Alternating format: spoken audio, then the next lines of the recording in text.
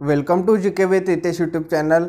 आज हम देखेंगे वाईसीटी बुक में से बायोलॉजी के क्वेश्चन नंबर 171 से क्वेश्चन नंबर 230 तक। ये सभी क्वेश्चंस रेलवे के प्रीवियस ईयर क्वेश्चंस है, तो रेलवे के आने वाले सभी एग्ज़ाम के लिए ये क्वेश्चंस मोस्ट इम्पॉर्टेंट है। आज का फर्स्ट क्वेश्चन है, यौन प्रजनन में माता पिता का योगदान होता है। इसका जो सही आंसर है वो ऑप्शन नंबर है, अपने जीन्स का आधा हिस्सा।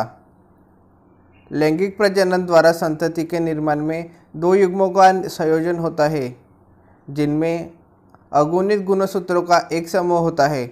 युग्मक का निर्माण विशिष्ट द्विगुणित कोशिकाओं से होता है। यह विशिष्ट प्रकार का कोशिका विभाजन है, जिनके द्वारा बनने वाली अगुणित संतति कोशिकाओं में गुणसूत्र की संख्या आधी हो जाती है। इस प्रकार के विभाजन को अर्धसूत्री विभाजन कहते हैं। लैंगिक जनन करने वाले जीवधारियों के जीवन चक्र में अर्धसूत्री विभाजन द्वारा अगुणित अवस्था उत्पन्न होती है एवं निषेचन द्वारा द्विगुणित अवस्था पुनः स्थापित होती है। नेक्स्ट क्वेश्चन, एक सामान्य मानव शरीर कोशिका में क्रोमोसोम होती है। इसका जो सही आंसर है वो ऑप्शन नंबर डी 46।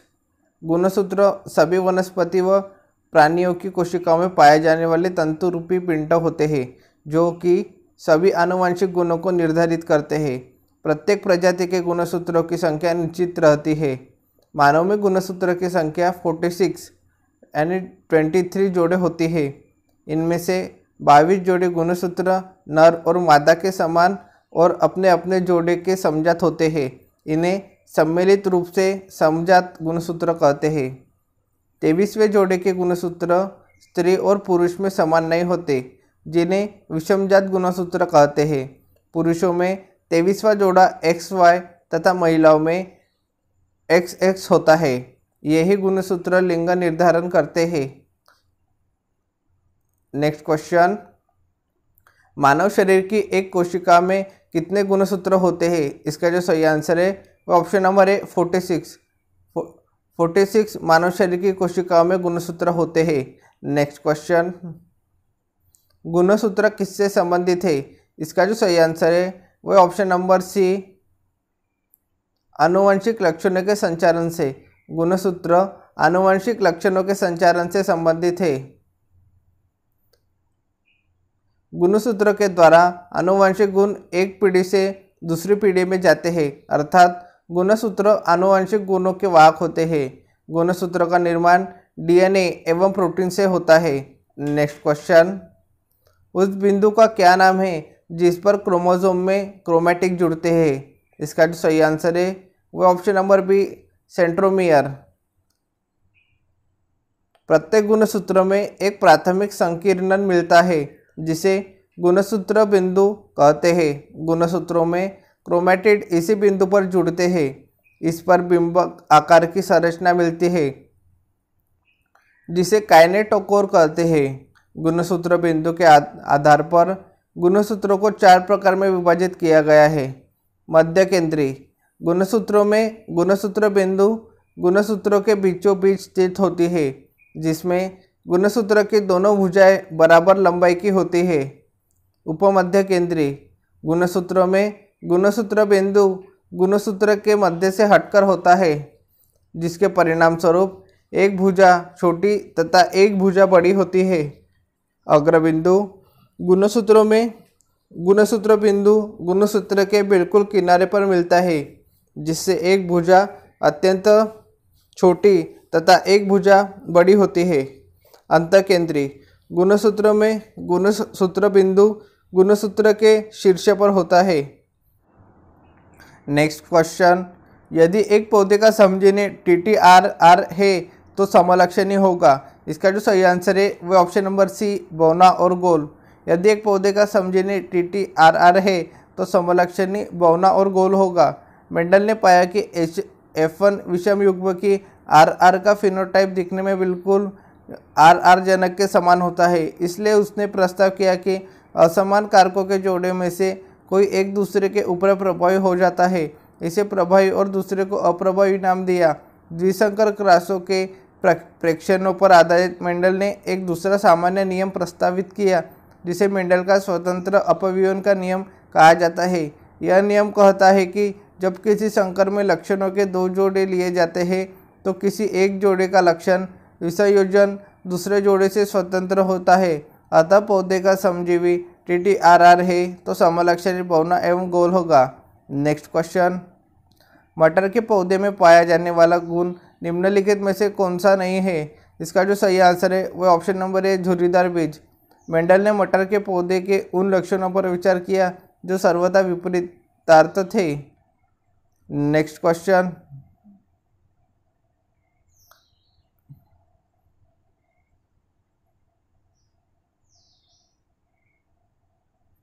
आनुवांशिक सामग्री के वाहक है। इसका जो सही आंसर है वह option number B gene. Gene आनुवांशिक सामग्री के वाहक है।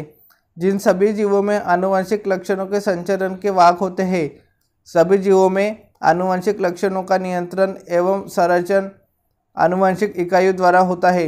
मेंडल ने इन्हें कारक जबकि जोहानसन ने जीन कहा। नेक्स्ट क्वेश्चन, वनस्पति भागों या बीज के बजाय कोशिकाओं के माध्यम से नए पौधों का उगाना कहा जाता है। इसका जो सही आंसर है वह option number a tissue culture. वनस्पति भागों या बीज के बजाय कोशिकाओं के माध्यम से नए पौधे को उगाना टिश्यू कल्चर कहा जाता है।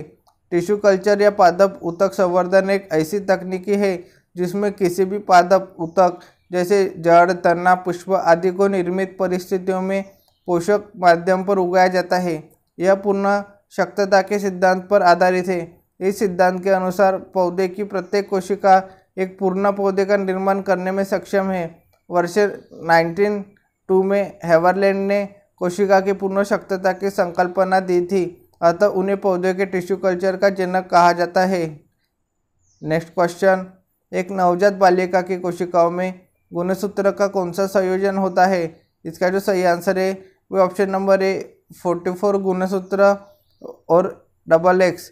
एक मनुष्य में कुल 46 गुणसूत्र पाए जाते हैं। इनमें से 44 गुणसूत्र समजात होते हैं। समजात गुणसूत्र स्त्री एवं पुरुष में समान होते हैं। पुरुष में 23 जोड़ी के असमान गुणसूत्रों को हेट्रोसोम्स या लिंग गुणसूत्र कहते हैं। इन्हें XY से दर्शाते हैं। स्त्रियों में 23वीं जोड़ी के गुणसूत्र भी समजात होते हैं। इन्हें XX से दर्शाते हैं। अतः एक नवजात बालिका की कोशिकाओं में 44 गुणसूत्र प्लस XX का संयोजन होता है। नेक्स्ट क्वेश्चन, निम्नलिखित में से कौन सा कथन सत्य है? इसका जो सही आंसर है वह ऑप्शन नंबर डी। द्विगुणित जीव जिनमें लिंग अलग अलग होते हैं कि द्विगुणित कोशिकाओं में गुणसूत्रों का एक विशेष जोड़ा होता है जो लिंग का निर्धारण करता है और इन्हें हम लिंग गुणसूत्र कहते हैं। ये कथन सत्य है। सभी वनस्पतियों व प्राणियों में गुणसूत्र की एक निश्चित संख्या होती है। मानव में गुणसूत्रों की संख्या 46 होती है, जिसमें 22 गुणसूत्र स्त्रियों व पुरुषों में समान होते हैं। इन्हें ऑटोसोम्स कहते हैं, जबकि 23वीं जोड़ी के गुणसूत्र स्त्रियों व पुरुषों में असमान होते हैं। इसे हेट्रोसोम्स कहते हैं। इसी के द्वारा लिंग का निर्धारण होता है, अतः इसे लिंगी गुणसूत्र भी कहते हैं। पुरुषों में गुणसूत्र की संख्या 22 प्लस XY तथा स्त्रियों में गुणसूत्र की संख्या 22 प्लस XX होती है। टिड्डों तथा कुछ कीट के नर में एक लिंग क्रोमोसोम अनुपस्थित होता है, जबकि मादा में एक समान लिंग गुणसूत्र पाए जाते हैं। इस प्रकार के लिंग निर्धारण को प्रोटीनोटाइप या XX मादा और XY नर कहते हैं। नेक्स्ट क्वेश्चन, बच्चों का लिंग किससे निर्धारित होता है? इसका जो सही आंसर है वह ऑप्शन नंबर ए गुणसूत्र से। बच्चे का लिंग गुणसूत्र से निर्धारित होता है। निम्नलिखित में से कौन सा कथन सत्य है? इसका जो सही आंसर है वह ऑप्शन नंबर डी।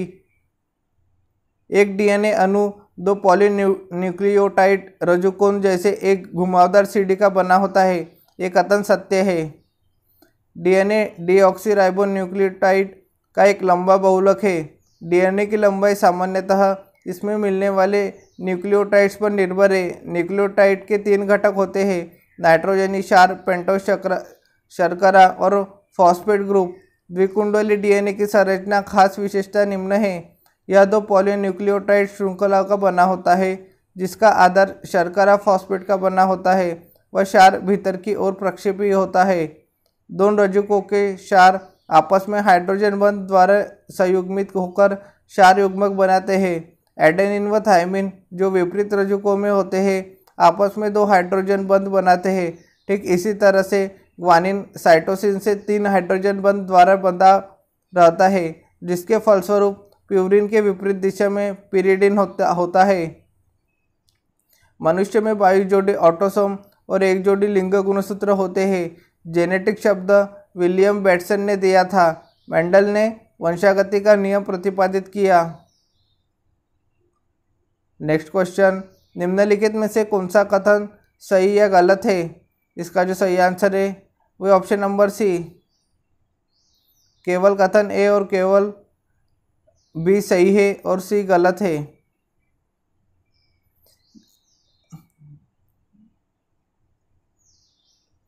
मटर का पौधा मेंडल द्वारा कार्य करने के लिए चुना गया था। गुणसूत्र कारक का वाहक है, ये सही है, ये ऑप्शन सही है। और मानव अंग में भुजाएं पक्षियों के पंखों के अनुरूप है, ये कथन गलत है। ग्रेगर जॉन मेंडल को आधुनिक आनुवंशिकी का जनक माना जाता है। उन्होंने मटर के पौधे पर अपना प्रयोग करके आधुनिक आनुवंशिकी के नियम निर्धारित किए थे। इसी प्रकार जीव गुणसूत्र की सर्वप्रथम खोज स्ट्रॉसबर्गर ने की थी। जीव कोशिका विभाजन के समय गुणसूत्र स्पष्ट दिखाई देते हैं। जीव गुणसूत्रों पर उपस्थित जीन जीवों के आनुवंशिक लक्षणों को पीढ़ी दर पीढ़ी आगे पहुंचाते हैं, अर्थात गुणसूत्र कारक के वाहक होते हैं। जबकि मानव अंगों में भुजाएं पक्षियों के पंखों के अनुरूप नहीं होती है। मटर के पौधे में 7 जोड़ी, प्याज में 8 जोड़ी, मनुष्य में 23 जोड़ी तथा मेंढक में 12 जोड़ी गुणसूत्र पाए जाते हैं। इस प्रकार केवल कथन ए और बी सही है, कथन सी गलत है। नेक्स्ट क्वेश्चन, आनुवंशिक लक्षणों के जिन समूह को कहते हैं? इसका जो सही आंसर है वह ऑप्शन नंबर सी, जीनोटाइप। आनुवंशिक लक्षण के जिन समूह को जीनोटाइप कहते हैं। नेक्स्ट क्वेश्चन, लैंगिक प्रजनन में शामिल होते हैं? इसका जो सही आंसर है वह ऑप्शन नंबर सी, विपरीत लिंगो 2 जनक। प्रजनन प्रक्रिया 2 प्रकार की होती है, जो 1 अथवा 2 जीवों की भागीदारी पर आधारित रहती है। जब संतति की उत्पत्ति एकल जनक द्वारा युग्मक निर्माण की भागीदारी के साथ अथवा इसकी अनुपस्थिति में हो तो वह प्रजनन अलैंगिक प्रजनन कहलाता है। जब 2 जनक प्रजनन प्रक्रिया में भाग लेते हैं तथा नर और मादा युग्मक में युग्मन होता है तो यह लैंगिक प्रजनन कहलाता है। नेक्स्ट क्वेश्चन, एक मादा युग्मक में क्रोमोसोम होते हैं? इसका जो सही आंसर है वह ऑप्शन नंबर बी, 23 क्रोमोसोम होते हैं। एक मादा युग्मक में 23 जोड़ी गुणसूत्र होते हैं। इसमें से 22 गुणसूत्र नर और मादा में समान और अपने जोड़ों के समजात होते हैं। इन्हें सम्मिलित रूप से समजात गुणसूत्र कहते हैं। 23वें जोड़े के गुणसूत्र स्त्री और पुरुष में समान नहीं होते, जिन्हें विषमजात गुणसूत्र कहते हैं। नेक्स्ट क्वेश्चन, मानव के अनिषेचित अंडे में होते हैं? इसका जो सही आंसर है वही ऑप्शन नंबर बी, एक एक्स क्रोमोसोम्स। मानव के अनिषेचित अंडे में एक एक्स क्रोमोसोम्स होते हैं। मानव में गुणसूत्र की संख्या 46, 23 जोड़े होते हैं, जिसमें से 22 जोड़े आपस में समान होते हैं, जिसे समजात गुणसूत्र कहते हैं, तथा 23वां जोड़ा स्त्री और पुरुष में भिन्न होता है, जिसे विषमजात गुणसूत्र कहते हैं। मानव में इसी के द्वारा लिंग का निर्धारण होता है। पुरुष में यह XY तथा महिलाओं में XX होता है। मानव में अनिषेचित अंडे तथा शुक्राणु अगुणित होते हैं। इनका निर्माण अर्धसूत्री विभाजन के पश्चात होता है, इसलिए इनमें गुणसूत्र की संख्या संतति गुणसूत्र से आधी होती है। अतः मानव के अनिषेचित अंडे में एक X क्रोमोसोम होता है, जबकि एक अनिषेचित शुक्राणु में एक X या Y गुणसूत्र होता है। नेक्स्ट क्वेश्चन, पुरुष शुक्राणु में गुणसूत्र की संख्या होती है? इसका जो सही आंसर है वह ऑप्शन नंबर सी, बी, 23। पुरुष शुक्राणु में गुणसूत्र की संख्या होती है 23। नेक्स्ट क्वेश्चन, मानव शरीर की कोशिकाओं में पाए जाते हैं। इसका जो सही आंसर है वो ऑप्शन नंबर डी 23 जोड़ी गुणसूत्र। मानव शरीर की कोशिकाओं में 23 जोड़ी गुणसूत्र पाए जाते हैं। नेक्स्ट क्वेश्चन, किस प्रकार का पुनर्जनन अधिक विविधता लाता है? इसका जो सही आंसर है वो ऑप्शन नंबर सी लैंगिक। लैंगिक प्रकार का पुनर्जनन अधिक विविधता ला सकता है। लैंगिक जनन प्रक्रिया द्वारा उत्पन्न जीवों में विविधता अधिक पाई जाती है, क्योंकि ये युग्मनज के निर्माण में भाग लेने वाले दोनों युग्मक अलग अलग संतति से आते हैं। नेक्स्ट क्वेश्चन, पीडीएफ1 में दिखाई देने वाला लक्षण है। इसका जो सही आंसर है वो ऑप्शन नंबर बी प्रबलता। जब दो परस्पर विरोधी शुद्ध आनुवंशिक लक्षण वाले पौधे के बीच संकरण कराया जाता है तो प्रथम पीढ़ी के संतानों में केवल प्रभावी लक्षण का प्रदर्शन होता है, परंतु दूसरी पीढ़ी के संतानों में परस्पर विरोधी लक्षणों का एक निश्चित अनुपात में पुनः पृथक्करण होता है। नेक्स्ट क्वेश्चन, ने वंशानुक्रम के नियमों को प्रतिपादित किया था। इसका जो सही आंसर है वो option A Gregor Mendel. Gregor Mendel ने वंशानुक्रम के नियमों को प्रतिपादित किया था। जीवों में एक पीढ़ी से दूसरी पीढ़ी में जाने वाले लक्षणों को वंशानुगत कहते हैं। वंशागत के नियम सबसे पहले ग्रेगर जॉन मेंडल ने दिया था, इसलिए मेंडल को आधुनिक आनुवंशिकी का पिता कहा जाता है। मेंडल ने अपने नियम उद्यान मटर पर किए गए प्रयोगों से बनाए थे। आनुवंशिकता के संदर्भ में मेंडल के 3 नियम, प्रभाविकता का नियम, पृथक्करण का नियम, स्वतंत्र अपव्यवन का नियम। नेक्स्ट क्वेश्चन, मनुष्य जाति के एक पुरुष को उसके एक्स क्रोमोसोम से प्राप्त होते हैं। इसका जो सही आंसर है वो ऑप्शन नंबर बी माता से। पुरुष में XY गुणसूत्र होता है, जबकि महिलाओं में XX होता है। भ्रूण का युग्मज बनते वक्त माता सदैव X गुणसूत्र देती है तथा पिता का X या Y दोनों में से कोई भी एक संयोजित हो सकता है। पुरुषों का गुणसूत्र ही लिंग निर्धारक होता है। नेक्स्ट क्वेश्चन, प्रजातियों में जीवित रहने का लाभ प्रदान कर सकता है अथवा केवल आनुवंशिक क्रम में योगदान प्रदान कर सकता है। इसका जो सही आंसर है वो ऑप्शन नंबर सी परिवर्तन। प्रजातियों में परिवर्तन जीवित रहने का लाभ प्रदान कर सकता है अथवा केवल आनुवंशिक क्रम में योगदान प्रदान कर सकता है। नेक्स्ट क्वेश्चन, माता पिता से संतान में शारीरिक या मानसिक गुणों के संचरण को कहा जाता है। इसका जो सही आंसर है वह आनुवंशिकता। माता पिता से संतानों में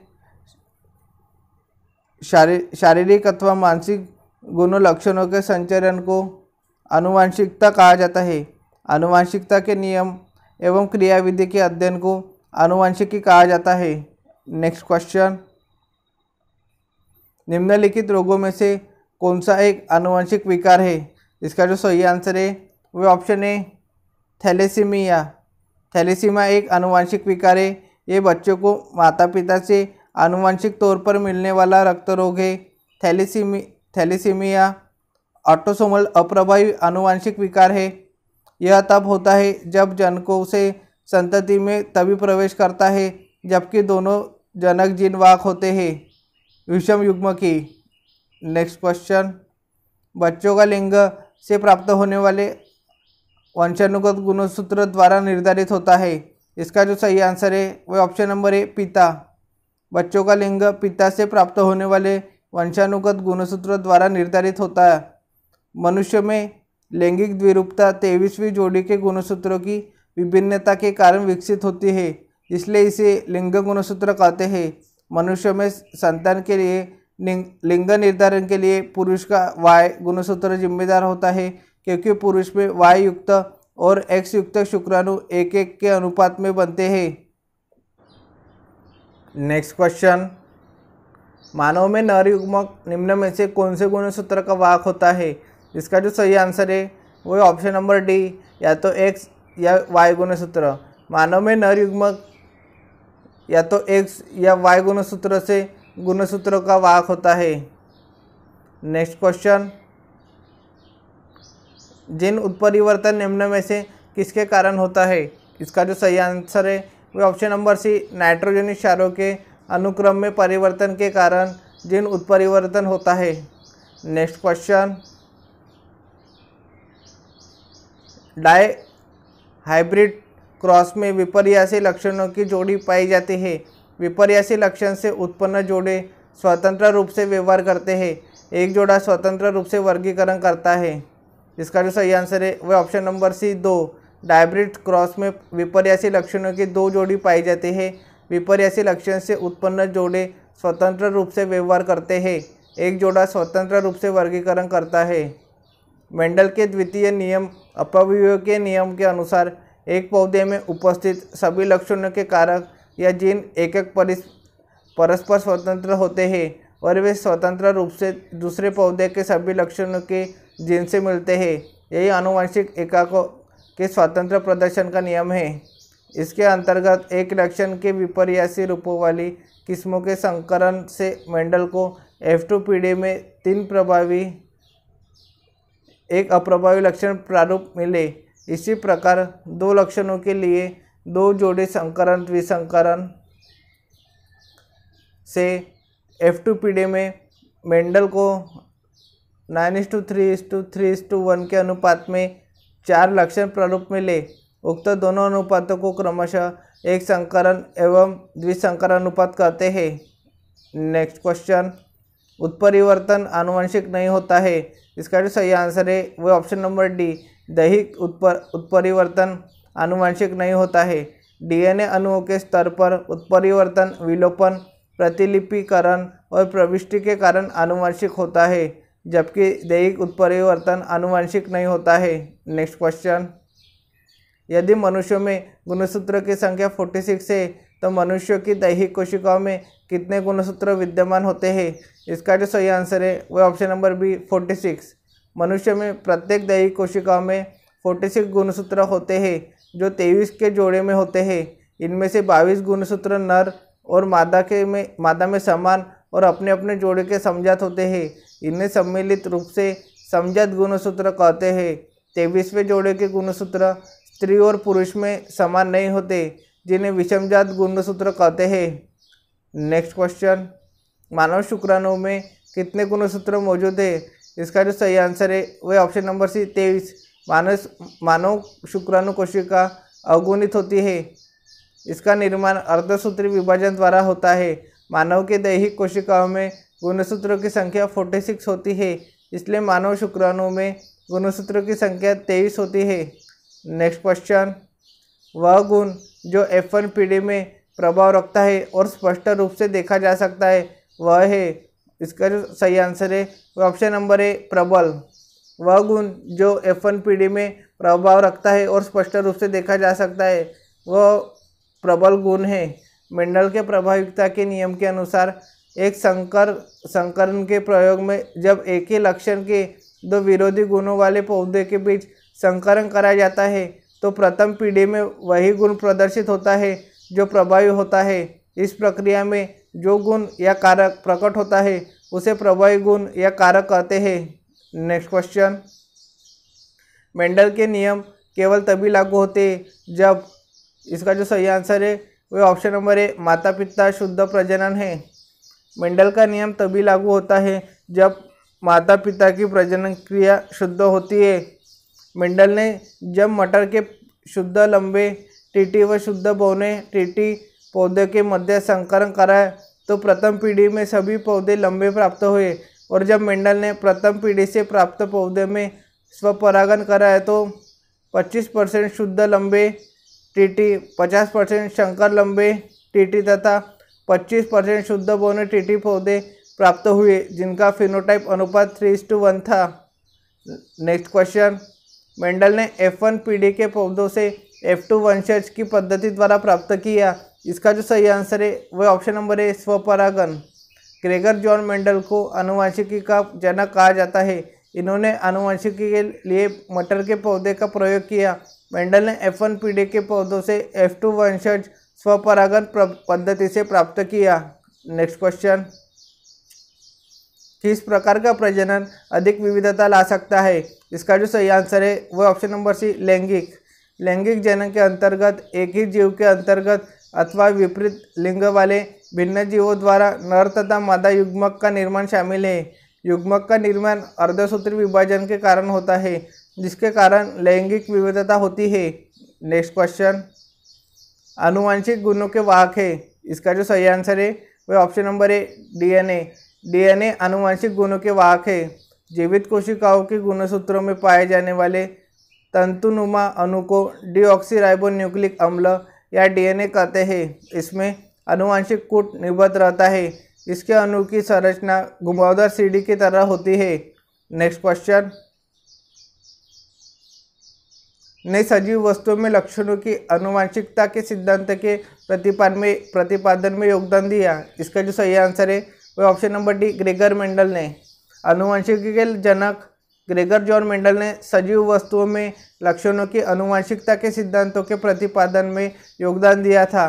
इन्होंने सर्वप्रथम मटर के पौधों में प्रभावी और अप्रभावी लक्षणों को पहचाना था, जबकि चार्ल्स डार्विन एवं अल्फ्रेड रसेल वेलेस ने प्राकृतिक वर्ण या क्रमिक परिवर्तन का सिद्धांत प्रस्तुत किया था। इनके सिद्धांत को विकासवाद का सिद्धांत भी कहा जाता है।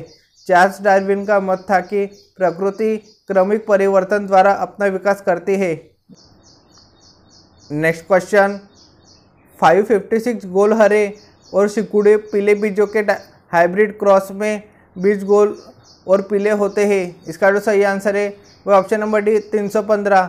मेंडल ने द्विसंकरीय क्रॉस के लिए गोल तथा पीले बीज व हरे एवं झुर्रीदार बीज से उत्पन्न पौधों का क्रॉस कराया, तो इसमें गोल तथा पीला भी प्रभावी होते हैं। अर्थात 556 गोल हरे और झुर्रीदार पीले बीजों के संकरीय क्रॉस में 315 गोल पीले बीज सबसे अधिक होते हैं। अतः F2 पीढ़ी के पौधों का फिनोटाइप अनुपात 9:3:3:1 प्राप्त हुए। नेक्स्ट क्वेश्चन, F2 जनरेशन में फेनोटाइप अनुपात होता है। इसका जो सही आंसर है वह option number B 9:3:3:1। Next question, allele होते हैं। इसका जो सही आंसर है वह ऑप्शन नंबर बी जीन का वैकल्पिक रूप। जब एक ही जीन में दो अलग अलग लक्षण मौजूद होते हैं तो उन्हें एलील कहते हैं। यह जीन का वैकल्पिक रूप होता है। नेक्स्ट क्वेश्चन, आनुवंशिकता के नियम किसने प्रस्तावित किए थे? इसका जो सही आंसर है वह option number C Gregor Mendel ने। आनुवंशिकता के नियम को ग्रेगर मेंडल ने प्रस्तावित किए थे। आनुवंशिकता के नियम का प्रतिपादन ग्रेगर मेंडल ने किया था। ग्रेगर मेंडल ने अपने वैज्ञानिक खोजों से आधुनिक आनुवंशिकी की नींव डाली, इसलिए उन्हें आनुवंशिकी का पिता कहा जाता है। नेक्स्ट क्वेश्चन, विश्वास और प्रथाओं का एक संग्रह जिसका उद्देश्य मानव आबादी की आनुवंशिक गुणवत्ता में सुधार लाना होता है, यह किस आनुवंशिकी के क्षेत्र को कहा जाता है? इसका जो सही आंसर है वह ऑप्शन नंबर डी यूजेनिक्स। विश्वास और प्रथाओं का एक संग्रह जिसका उद्देश्य मानव आबादी की आनुवंशिक गुणवत्ता में सुधार लाना होता है, यह आनुवंशिकी के क्षेत्र में यूजेनिक्स कहलाता है। आनुवंशिकी इंजीनियरिंग के द्वारा मानव का अध्ययन कर मानव के रोग विज्ञान के निदान में सहायता मिलती है। हरगोविंद खुराना को सन 1967 ईस्वी में जेनेटिक्स कोड शोध के कारण नोबेल पुरस्कार दिया गया। नेक्स्ट क्वेश्चन, आधुनिक आनुवंशिकी का जनक किसे माना जाता है? इसका जो सही आंसर है वह option number B Gregor Mendel. Gregor Mendel को आधुनिक आनुवंशिकी का जनक माना जाता है। जीवों में एक पीढ़ी से दूसरी पीढ़ी में जाने वाले लक्षणों को वंशागत या आनुवंशिक लक्षण कहते हैं।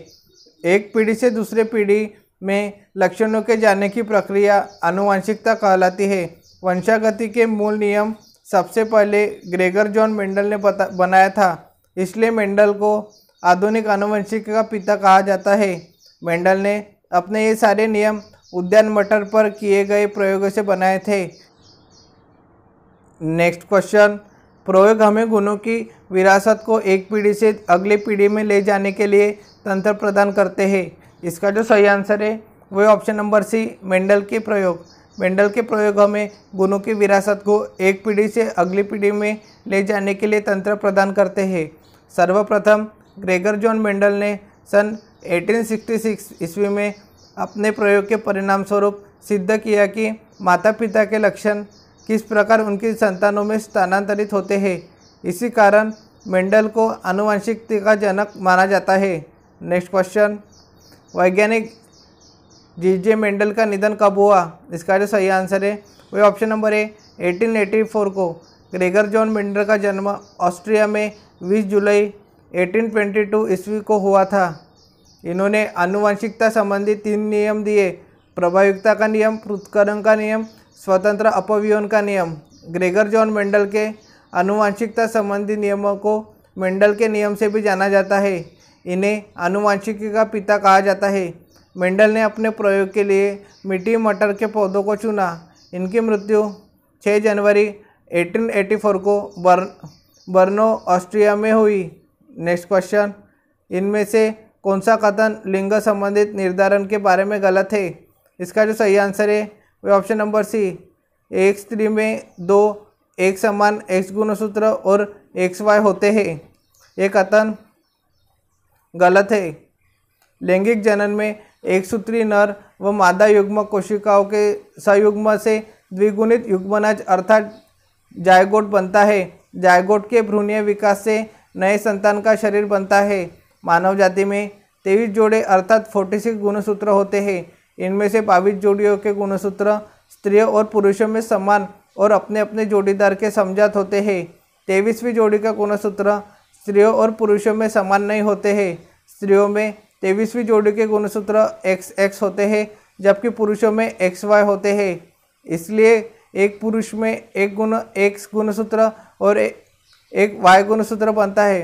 अतः स्पष्ट है कि एक स्त्री में 2 एक समान XX गुणसूत्र होते हैं। स्त्रियों में XY गुणसूत्र नहीं होते हैं।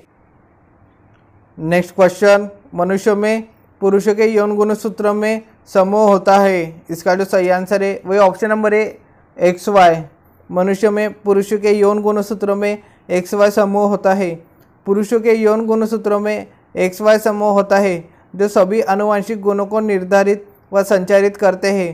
प्रत्येक प्रजाति में गुणसूत्रों की संख्या निश्चित रहती है। मानव कोशिकाओं में गुणसूत्रों की संख्या 46 होती है। नेक्स्ट क्वेश्चन, आमतौर पर मेंडेलियन कारक क्या कहलाते हैं? इसका जो सही आंसर है वो option number B, gene. Mendel ने अपने परीक्षणों के आधार पर प्रस्तावित किया कि कोई वस्तु अपरिवर्तित रूप से जनक से संतति को युग्मकों को माध्यम से अगली पीढ़ियों में अग्रसित होती है। उसने इस वस्तु को कारक कहा। अब हम इसे जीन कहते हैं। दूसरे शब्दों में जीन आनुवंशिकता की इकाई है। नेक्स्ट क्वेश्चन, मेंडल ने मटर के पौधों को चुना क्योंकि उसका जो सही आंसर है वह ऑप्शन नंबर डी, उनमें विषम दिखने वाले गुण थे। प्रयोग के लिए मेंडल ने उद्यान मटर के पौधों का चयन किया क्योंकि मटर का पौधा एक वार्षिक पौधा है। इसकी आयु 3 से 4 माह होती है, अतः इसकी कई पीढ़ियों का अध्ययन करना संभव है। इसमें नर तथा मादा जननांग एक ही पुष्प पर होते हैं। पुष्प की रचना ऐसी है कि इसमें प्राकृतिक रूप से संकरण नहीं हो सकता है, अतः इसमें स्वपरागन होता है। स्वनिषेचन के कारण मटर के पौधे समयुग्मनजी होते हैं, अतः पीढ़ी दर पीढ़ी इसके पौधे शुद्ध लक्षणों वाले बने रहते हैं। कृत्रिम परपरागन द्वारा बने संकर पौधे सक्षम होते हैं। मटर के पौधों में बहुत ऐसे लक्षण मिलते हैं जो एक दूसरे के विपरीत है। नेक्स्ट क्वेश्चन, विविधता है। इसका जो सही आंसर है वह ऑप्शन नंबर सी, उपरोक्त सभी। एक ही प्रजाति के व्यक्तियों के बीच अंतर, एक ही माता पिता के संतानों के बीच अंतर, एक ही प्रजाति के व्यक्तियों के बीच अंतर, एक ही माता पिता की संतानों के बीच अंतर एवं माता पिता और संतानों के बीच के अंतर को आनुवंशिक विविधता कहा जाता है। नेक्स्ट क्वेश्चन, मेंडल ने किस आधार पर युग्मकों की शुद्धता का नियम दिया? इसका जो सही आंसर है वह ऑप्शन नंबर डी, एक संकरण। मेंडल ने एक संकरण के आधार पर युग्मकों की शुद्धता का नियम दिया। जब 2 पौधों के बीच एक इकाई लक्षण के आधार पर संकरण कराया जाता है तो इसे एक संकरीय क्रॉस कहते हैं। एक संकरीय क्रॉस में मेंडल ने मटर के पौधों की 2 ऐसी उपजातियों चुनी जिसके विपरीत लक्षणों के जोड़े में एक लंबा तथा दूसरा बौना था और इसका आपस में क्रॉस कराया तो देखा गया कि पहली पीढ़ी में बीजों द्वारा जो पौधे उत्पन्न हुए वे सभी लंबे थे। इन सभी पहली पीढ़ी वाले पौधों को F1 पौधे कहते हैं। F1 पीढ़ी से प्राप्त पौधों को उन्होंने दूसरी पीढ़ी F2 में पाए जाने वाले लंबे तथा नाटे पौधों का समलक्षणी अनुपात 3:1 था। इस अनुपात को एक संकरीय अनुपात कहते हैं। नेक्स्ट क्वेश्चन, महिला जनन कोशिकाओं में गुणसूत्र की संख्या होती है। इसका जो सही आंसर है वह ऑप्शन नंबर है 23। नेक्स्ट क्वेश्चन, मटर के पौधों में कैरेक्टर रिसेसिव होते हैं। इसका जो सही आंसर है वह ऑप्शन नंबर डी झुर्रीदार बीज। मटर के पौधों में झुर्रीदार बीज कैरेक्टर रिसेसिव होते हैं। नेक्स्ट क्वेश्चन, निम्नलिखित में से कौन सी विशेषता मटर के एक पौधे में अप्रभावी होती है। इसका जो सही आंसर है वह ऑप्शन नंबर बी झुर्रीदार बीज। झुर्रीदार बीज मटर के पौधे में अप्रभावी होती है। नेक्स्ट क्वेश्चन, इनमें से कौन सा पुरुषों में पाया जाता है। इसका जो सही आंसर है वह ऑप्शन नंबर ए वाई गुणसूत्र। स्त्री में गुणसूत्र का स्वरूप XX है तथा पुरुषों में XY होता है। इसलिए स्त्री द्वारा उत्पादित सभी अगुणित युग्मकों में X लिंग गुणसूत्र होते हैं, जबकि पुरुष युग्मों में लिंग गुणसूत्र या तो X या Y लिंग गुणसूत्र होते हैं। इसलिए 50% शुक्राणु में Y लिंग गुणसूत्र होते हैं। नेक्स्ट क्वेश्चन, वंशानुक्रम की इकाई है। इसका जो सही आंसर है वह option number D gene. Gene वंशानुक्रम की इकाई है। गुणसूत्रों पर स्थित DNA की बनी अति सूक्ष्म रचनाएं जो आनुवंशिक लक्षणों को धारण करती है एवं उन्हें एक पीढ़ी से दूसरी पीढ़ी में स्थानांतरित करती है, जीन कहलाती है। जीन वंशानुक्रम की मूलभूत इकाई है जो जैविक लक्षणों को निर्धारित करती है, जिनका सर्वप्रथम नामकरण जोहानसन ने 1909 ईस्वी में किया था। नेक्स्ट क्वेश्चन, पुनर्जनन का अर्थ है। इसका जो सही आंसर है वह ऑप्शन नंबर बी छोटे खंड से जीव के पूरे शरीर का निर्माण। पुनर्जनन में पूर्ण रूपेण विभेदित जीवों में अपने कायिक भाग से नए जीव के निर्माण की क्षमता होती है, अर्थात जीव के शत विशत होने पर या टुकड़ों में विभक्त हो जाने पर ये टुकड़े वृद्धि कर एक नए जीव में विकसित हो जाते हैं। इस निर्माण की प्रक्रिया को पुनरुद्भवन या पुनर्जनन कहा जाता है। वयस्क शरीर पर एक कलिका उत्पन्न होती है। बाद में यह कलिका पूर्ण वृद्धि के बाद शरीर से अलग होकर नया जीव बनाती है। इस प्रकार का जनन मुकुलन कहलाता है।